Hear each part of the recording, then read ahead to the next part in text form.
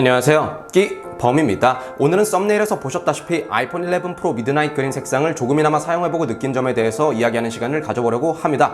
디자인이나 성능 등 여러 부문에서 왈가왈부 말이 많은 제품이죠. 때문에 저도 바꿔야 되나 고민하다가 남들이 싫어하는 인덕션 디자인이 마음에 들고 성능적인 개선이 이루어졌기를 바라면서 구매하게 되었습니다. 바로 전 핸드폰을 아이폰 X를 사용하고 있는 입장인 만큼 X 사용자가 아이폰 프로 모델로 과연 바꿀 만한 가치가 있는지에 중점을 두고 알아보는 시간을 가지도록 하겠습니다. 그럼 오늘도 많은 구독과 좋아요 부탁드리며 시작하도록 하겠습니다.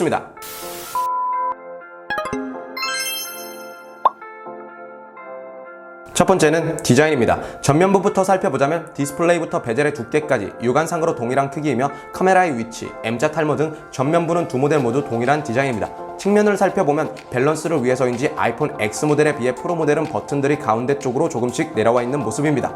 약간의 차이지만 버튼들이 중앙으로 내려와 있어서 그런지 한 손으로 잡고 버튼을 누르는 데 있어 더 편리한 것 같다는 느낌입니다. 가장 화두에 오르고 있는 후면부를 살펴보겠습니다. 아이폰 X는 후면부 전체가 유광 글라스 재질로 이루어져 있고 프로 모델은 매트한 무광 처리로 이루어져 있습니다. 개인적으로 프로 모델의 매트한 재질이 고급스럽게 느껴지네요. 이어서 아이폰 X는 망원과 와이드를 지원하는 듀얼 카메라 디자인이고 프로 모델은 망원, 와이드, 초광각 카메라를 탑재한 트리플 카메라 디자인을 선택했습니다. 개인적으로 카메라의 디자인은 전 모델을 선호하시는 분들이 많지만 실제로 보면 프로 모델이 첨단 기기를 보는 것 같다는 생각과 단촐하지 않다는 생각이 들어서 더 예쁘다는 생각입니다. 마지막으로 후면부의 애플마크의 위치가 가운데로 내려온 모습도 볼 수 있는데 처음에 볼 때부터 밸런스가 잘 잡혀있는 것 같은 견고한 느낌을 주는 것 같네요. 두 번째는 성능입니다. 디스플레이부터 살펴보자면 아이폰 X는 5.8인치 슈퍼 레티나 HD 디스플레이를, 아이폰 11 프로는 5.8인치 슈퍼 레티나 XDR 디스플레이를 탑재했습니다. 이어서 아이폰 X는 와이드와 망원을 지원하는 듀얼 카메라가 적용된 반면 아이폰 프로에는 초광각, 와이드, 망원과 야관 모드를 지원하는 카메라가 적용되었습니다. 개인적으로 카메라의 화질의 개선도 눈에 띄지만 조리개의 빛 조절로 인한 색감의 변화가 더 눈에 띄는 것 같습니다. 이 말은 즉 야관 촬영에 대한 개선이라고도 말할 수 있는데 확실히 이전의 약점이었던 아이폰의 야관 촬영 모드가 개선된 모습입니다. 계속해서 아이폰 X는 초당 30프레임의 1080HD 동영상 촬영이 가능하고 프로 모델은 초당 60프레임의 4K 촬영이 가능한데 사용해본 결과로 말씀드리자면 화질의 차이는 다소 미묘하게 느낄 수 있었고 프레임의 차이는 확실하게 다른 모습입니다. 또 아이폰 X는 A11 바이오닉을 채택한 반면 프로 모델은 스마트폰 역사상 가장 빠른 칩인 A30 바이오닉이 내정되어 있다고 하는데 이는 카메라 시스템과 페이스 아이디에서 개선된 모습을 보여준다고 합니다. 배터리는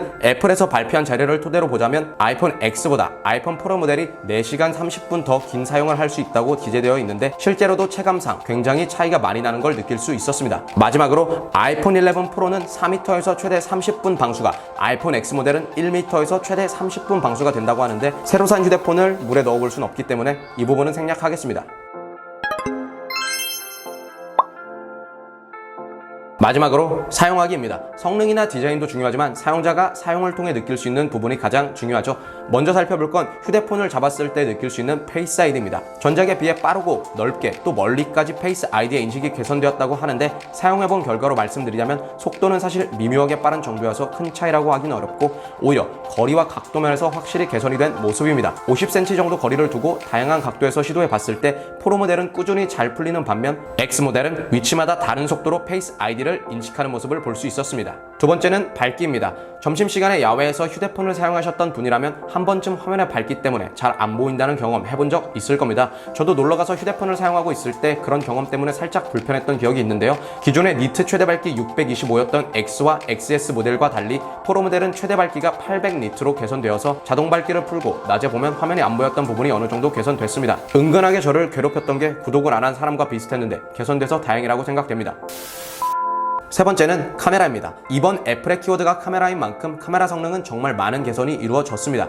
기본적으로 선명도도 더 좋아졌고 기존에 없던 초광각 모드가 추가되어 같은 공간에서의 더 넓은 각도의 사진을 찍을 수 있게 되었습니다. 야간 모드를 이용하면 사람의 눈에도 보이지 않는 극한의 어두운 환경에서의 촬영도 가능하기 때문에 다양한 연출도 가능할 것 같다는 생각입니다. 뿐만 아니라 동영상 촬영도 개선이 되었는데요. 1080에 30프레임 촬영이 가능했던 이전 모델에 비해 4K 60프레임의 동영상 촬영이 가능해졌고 광학 이미지 흔들림 보정, 즉 손떨방을 지원해서 휴대폰에서 느끼기 어려운 고퀄리티의 동영상 촬영도 가능해졌다는 점입니다. 사용해봤을 때 손떨방은 큰 의미가 없는 것 같습니다. 카메라에 대해 아쉬운 점은 초광각 모드에서 야간 모드를 지원하지 않고 초광각 모드를 이용하면 모서리 부분이 찌그러져 보이는데 이는 카메라를 100% 활용하기 앞서 아쉬운 부분입니다.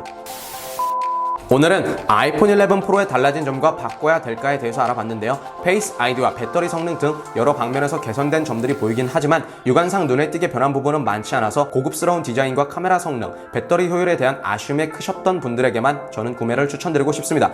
그럼 오늘의 영상이 도움이 됐기를 바라며 저는 다음 편에서 더 좋은 리뷰로 찾아뵙겠습니다. 또 궁금한 점이 있다면 댓글과 이메일을 통해 얘기해 주시면 상세하게 알려드리도록 하겠습니다. 그럼 다음 편에서 뵙죠.